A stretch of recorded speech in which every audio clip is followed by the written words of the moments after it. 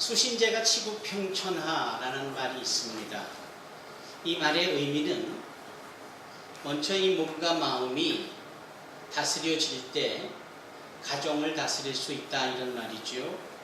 그리고 가정이 다스려질 수 있다면 그런 사람들이 나라도 다스릴 수 있다라는 것이고, 나라를 다스릴 수 있다면 온 세상을 평화롭게도 할 수 있다 이런 얘기입니다.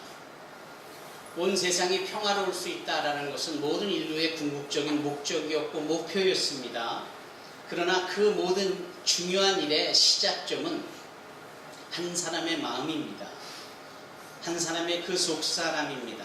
이것부터가 제대로 질서정연하게 바르게 교정되어지고 행하여 나간다면 그것이 가정을 넘어 나라를 넘어 온 세상을 평화롭게 한다 이런 말씀입니다.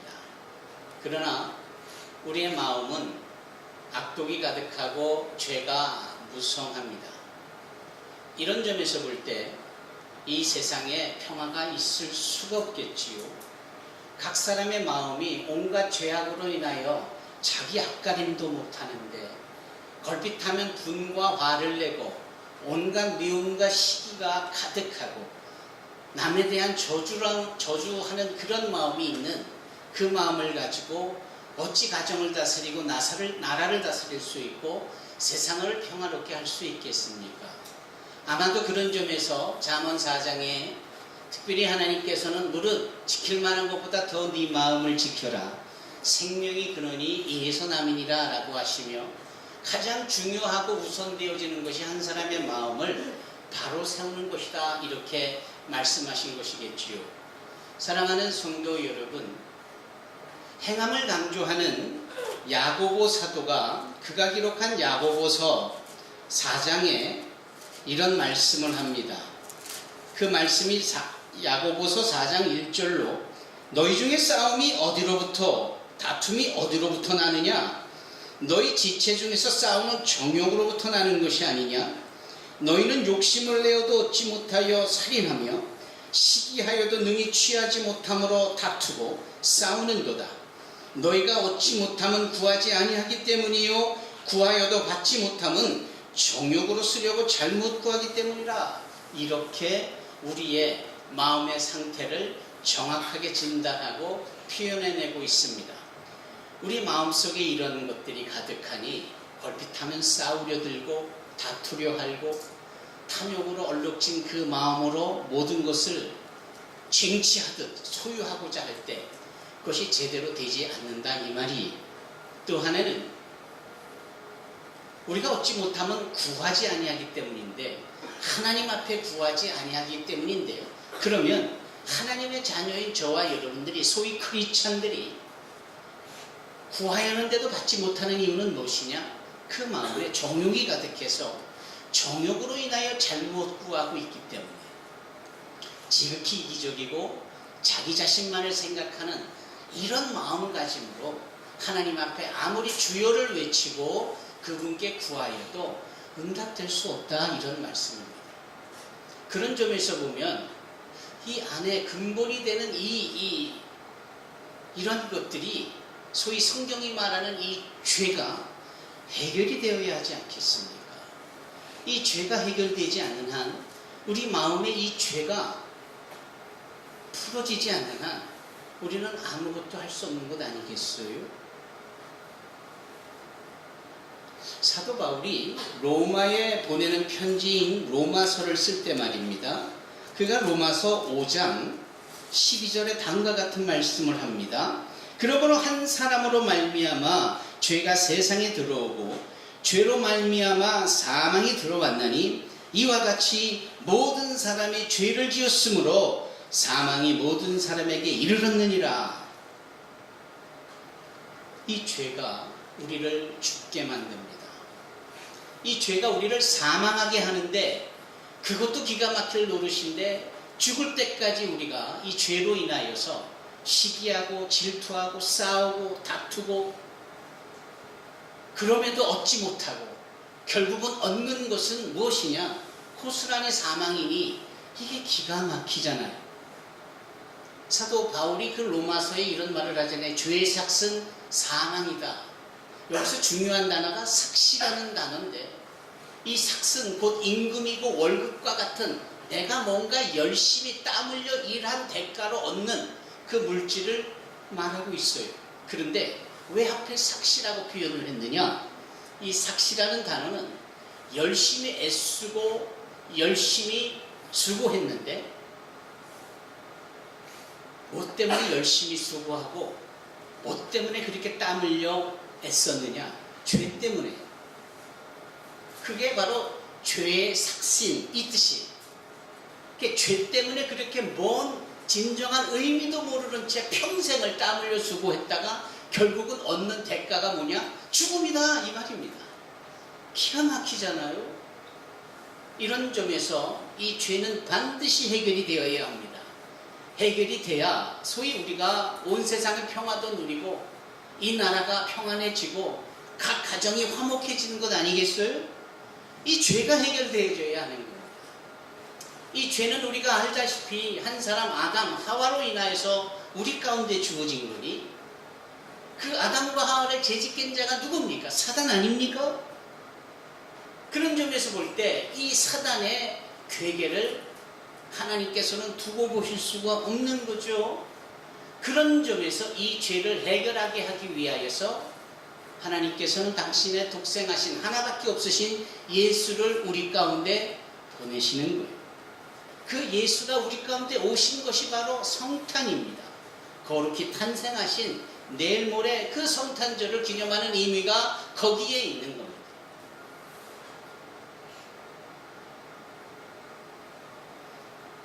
예수께서요, 요한복음 19장 30절에 따르면 그 마지막 십자가에 못이 박혀 고난 가운데 계시다가 마지막 말씀을 행하시죠. 그 말씀이 무엇이었습니까? 다 이루었느니라. It is finished. 고개를 떨구시고 운명하시죠. 그러면 뭘 다 이루신 겁니까?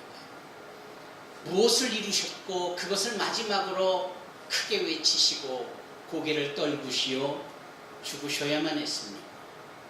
사단이 우리에게 심으는 우리의 첫 조상인 아담으로부터 흘러내려진 그 원죄, 그것으로 인하여 우리의 마음에 시기와 쟁투가 가득하고 탐욕으로 정욕으로 가득하여서 선한 목적인 듯하지만 결코 얻지 못하고 그 죄로 인하여서 삭슬 받는데 결국은 죽을 수밖에 없는 이 문제를 주님께서 십자가에서 다 이루셨다, 이 말씀입니다. 요한이 그 말씀을 요한복음 19장 30절에 기록했잖아요. 그 요한이 또 다른 말씀 요한 1서에 이렇게 기록하고 있습니다. 요한 1서 3장입니다. 3장 8절에 보면 죄를 짓는 자는 마귀에게 속하나니 마귀는 처음부터 범죄함이라. 하나님이 아들이 나타나신 것은 마귀의 일을 멸하려 하심이라. 하나님의 아들 예수께서 나타나신, 성탄하신 이유가 마귀의 일을, 그로 인하여 주어진 그 결과물인 이 죄를 해결하기 위함이다 라는 겁니다. 사랑하는 성도 여러분,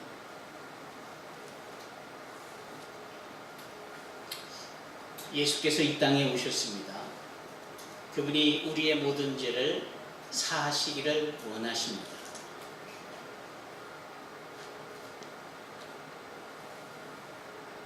어떤 남자가 여자와 정혼을 했어요. 정혼을 했다라는 말은 약혼을 했다, 이 말입니다. 이제 곧 결혼을, 공식적인 결혼을 앞둔 약혼이에요. 그런데 이 남자가 심한 고민이 생겼습니다. 그 고민은 다름 아닌 정혼한 대상인 이 여자가 행실은 그럴듯한데, 좋아 보였는데 몸이 불어오는 게 임신한 것 같은 거예요. 이게 보통 문제가 아니잖아요. 나는 부끄럽고 또 수줍음도 많고 또 집안 대대로 어른들의 가정교육을 잘 받았고 하나님 앞에서 신앙생활을 잘해왔던 자였기에 지켜야 될 선이 있고 도리가 있어서 결혼을 하기 전까지는 서로 지킬 수 있었고 손 한번 쉽게 잡아보지 않았던 나이인데 내가 믿고 사랑했던 저 여인의 행실은 좋아 보였는데 그게 아니었다라는 점이 마음에 들었을 때, 생각이 들었을 때 이 남자의 마음이 어떠했겠어요? 배반심에 몸을 떨었고 가슴이 심히 아팠고 당장이라도 그 여인을 정죄하고 끝장을 내고 싶었지만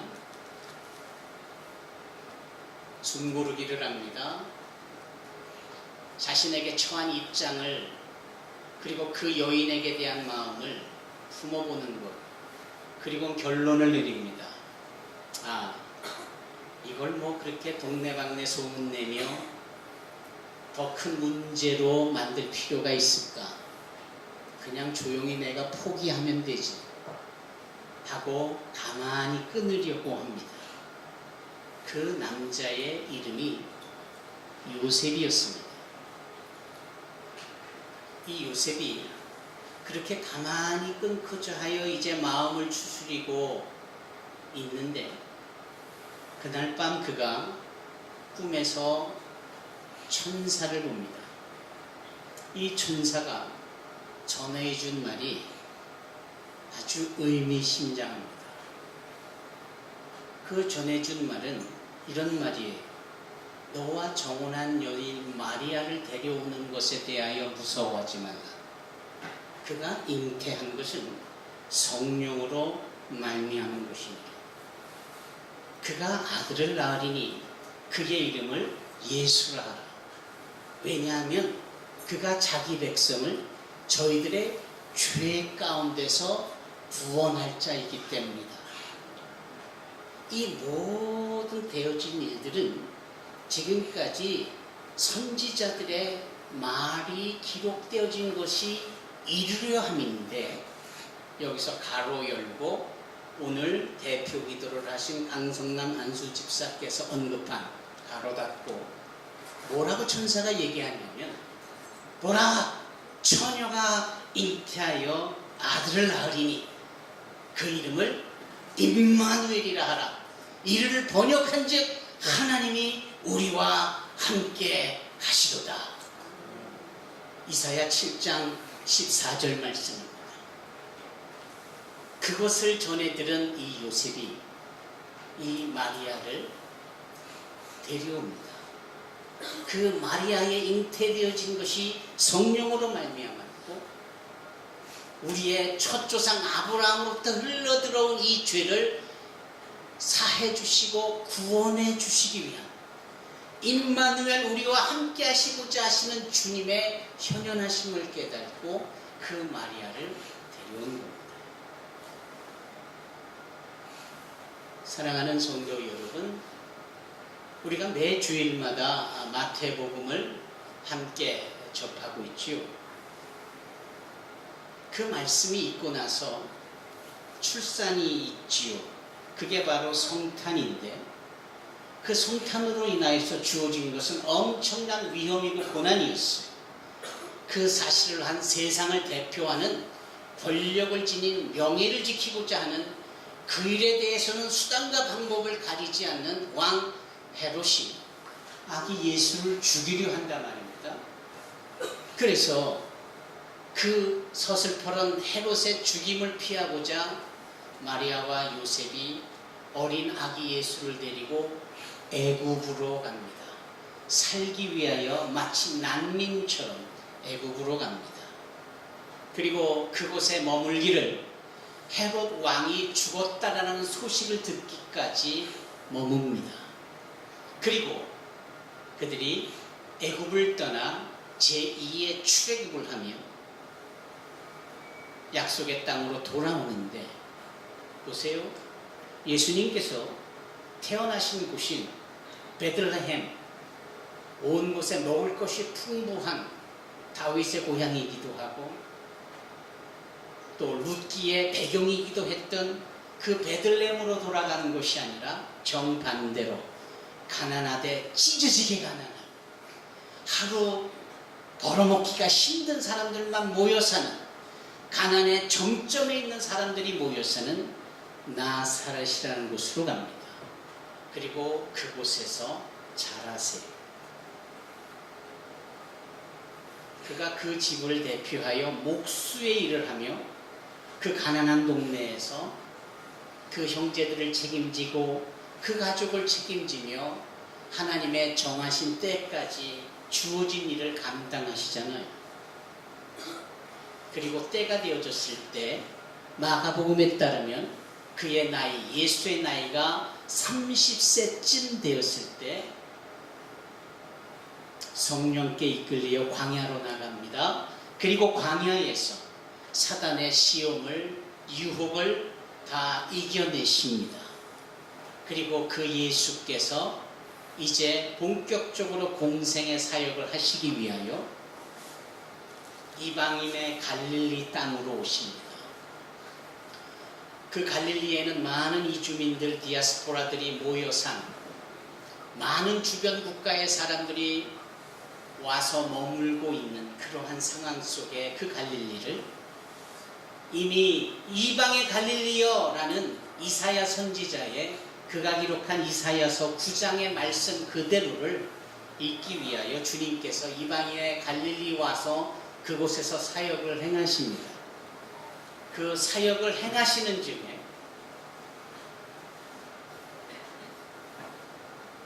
주님께서 이제 외치십니다. 회개하라, 천국에 가까웠느니라 라고 하시며 본격적으로 제자들을 불러 모으세요.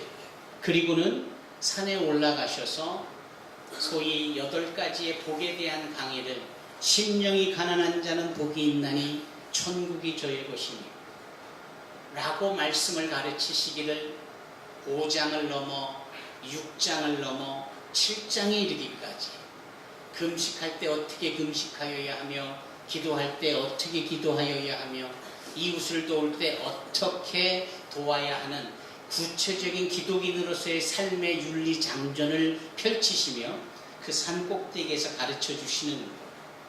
그리고 7장이 끝나자 8장에 그 가보나무로 내려오셔서 소위 문둥병자를 고쳐주시고, 백부장의 하인 100명 중에 중풍병이 걸린 한 하인을 고쳐주시고, 그리고 자기의 처한 입장을 얘기하지 않지만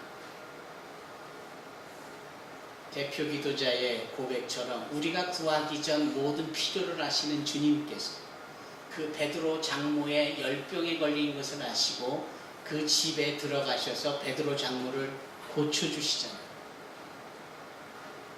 그런 다 보여주신 내용을 실질적으로 제자들에게 경험케 하시려고 삶의 현장으로 일터로 이끌어내시는데 그것이 바로 갈릴리 호수 한복판이었습니다. 우리 주님은 사랑하는 제자들과 구원받아야 될 모든 백성들을 항상 갈릴리를 중심으로 사역을 펼치시며 그들을 도우셨던 이유는 갈릴리 그 자체가 하늘과 지지은 자들을 이어주는 고리의 역할을 하는 주의 은혜 사슬대사, 주님께 붙들어 매주시는 그 이름의 의미가 갈릴리이기에 그곳에서 그런 사역을 행하셨습니다. 조그만 배에 제자들을 다 태우시는 건너편으로 가자 하시고 당신은 일부러라도, 아니 피곤해서 배꼽을 그 꽁무니 쪽에서 쪽잠을 주무실 때 바람이 불잖아요. 분명 보이지 않는 바람이지만 그 바람이 얼마나 세차게 부는지 고요했던 이 갈릴리 호수 물결이 흉흉하게 떠놀며 이 배가 가라앉을 만큼 되잖아요. 그게 삶이고 그게 우리의 일터의 모습이고 우리가 인생의 걸음을 걷는 모든 삶의 영역이 그렇다라는 그 의미가 보이지 않는 이 영의 세계로 인한 이 보이는 물질적인 것의 영향 속에 우리는 익숙한 일터고 늘 배를 타고 오가며 그곳에서 고기를 잡던 갈릴리 사람들에게는 마치 훤히 안 듯한 모습이지만 순간 불어닥친 바람에 그 영향 속에 물결이 떠오르는 물리적인 어려움 앞에 혼비백산하는 것처럼 우리도 얼마든지 살아가는 삶의 영향 속에서 기가 막히는 일을 당할 때 항상 그런 말을 하죠. 우리가 다 죽겠나이다. 힘들어 죽겠나이다. 괴로워 죽겠나이다. 주님은 일관하십니다. 믿음이 작은 자들이라 라는 가르침 속에 그 바람을 꾸짖으시고 그 바다의 호수의 물결에 잠잠하라 고요하라 라고 말씀하시며 명령하실 때 바람이 고요해지고 물결이 잔잔해졌습니다. 영어 성경, 특별히 유진 피터슨 목사의 메시지 성경을 그 장면을 보면 그 물결이 유리잔처럼 잔잔해졌다 이런 표현을 씁니다.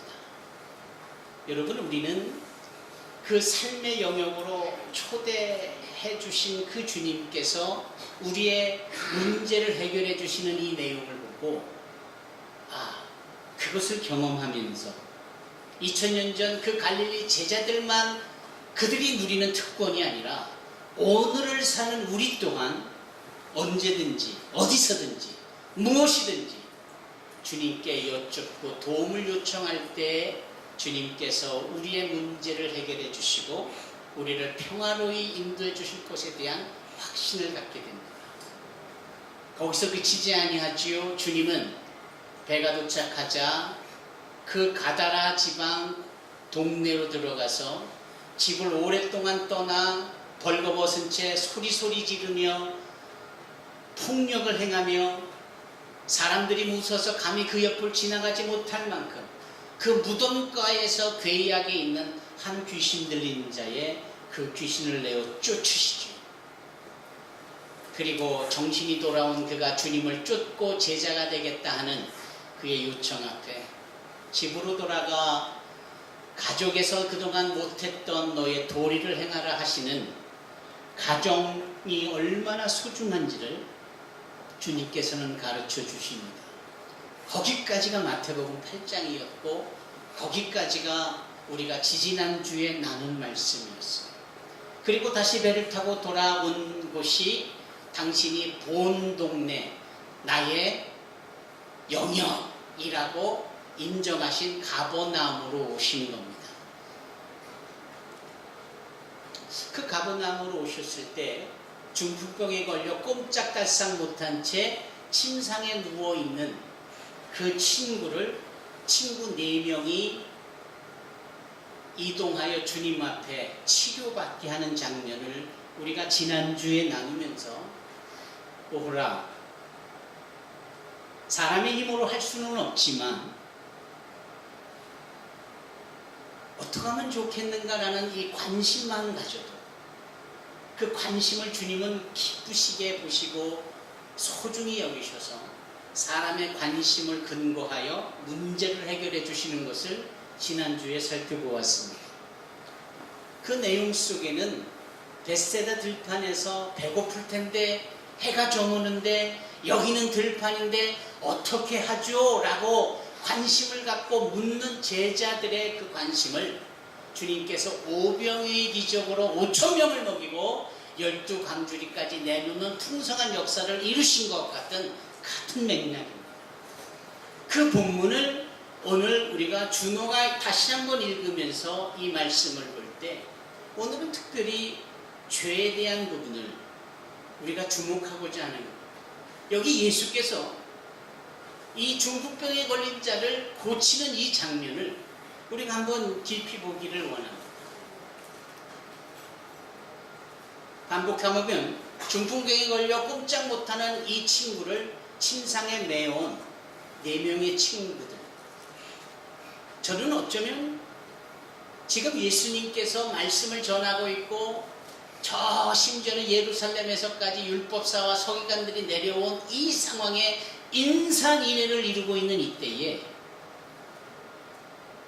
아마도 그 장소가 이 4명의 친구 중에 한 친구의 집은 아닐까.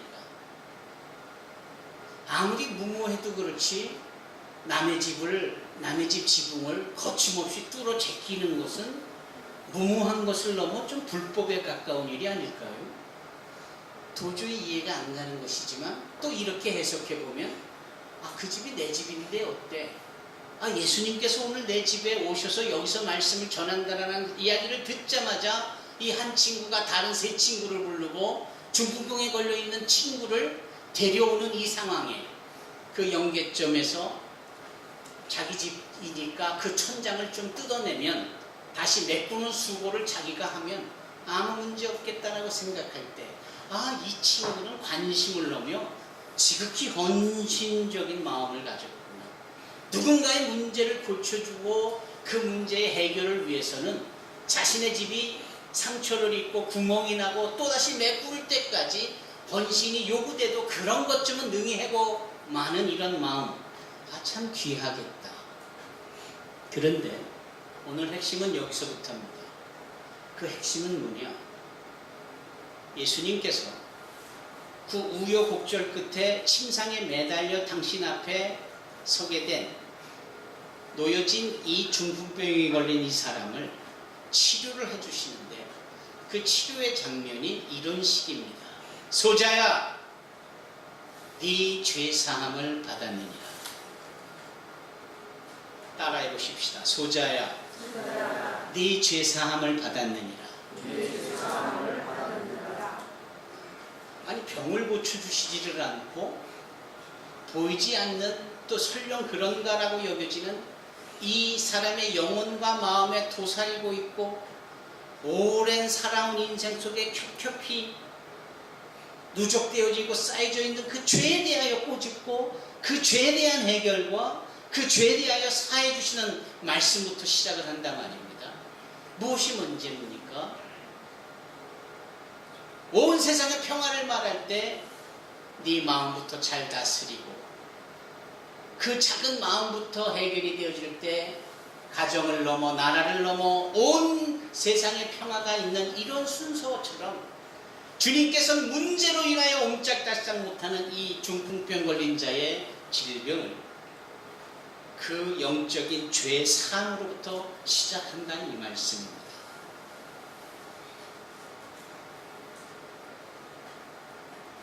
이후에 주님께서 일어나 네 자리를 들고 가라 하며 그 영적인 죄 사함의 문제를 해결해 놓으시고 육적인 문제를 해결해 주시죠.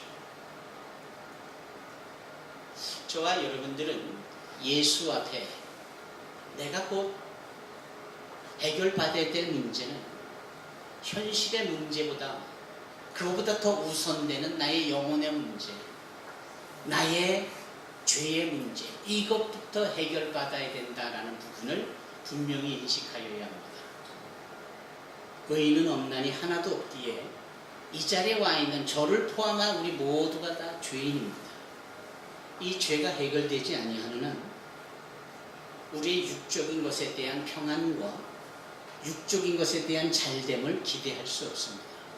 너무나 감사한 것은 이 죄가 우리의 힘으로는 해결할 수 없는 부분이나 예수께서 친히 성탄으로 오셔서 이 죄로부터 우리를 구원하시고자 하셨으니 이 성탄은 그런 점에서 우리가 살아날 수 있는, 우리의 문제가 해결될 수 있는 가장 멋지고 기쁜 감사의 날인 것이 분명합니다.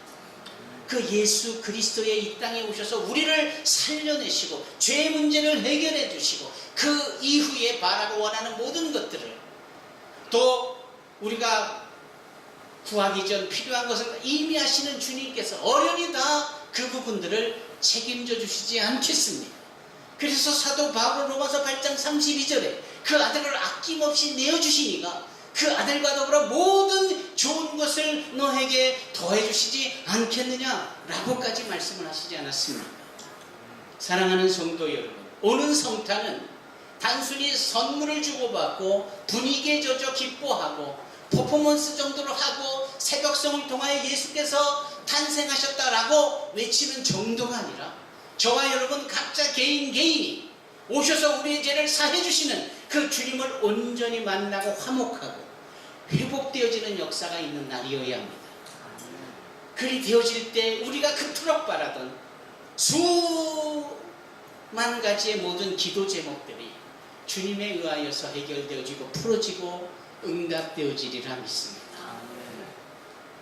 아무쪼록 내일 모레 내일 저녁에 있는 크리스마스 성탄 2부 행사와 그 다음날 화요일 성탄절 온가족 연합 예배에 이처럼 온전한 죄의 사함과 우리 하나님과의 온전한 화목과 그리고 세상의 평안을 이루는 거룩한 주님의 통로가 되어줄 수 있는 저와 여러분이 되시기를 주님의 이름으로 축원합니다. 아멘. 기도하겠습니다.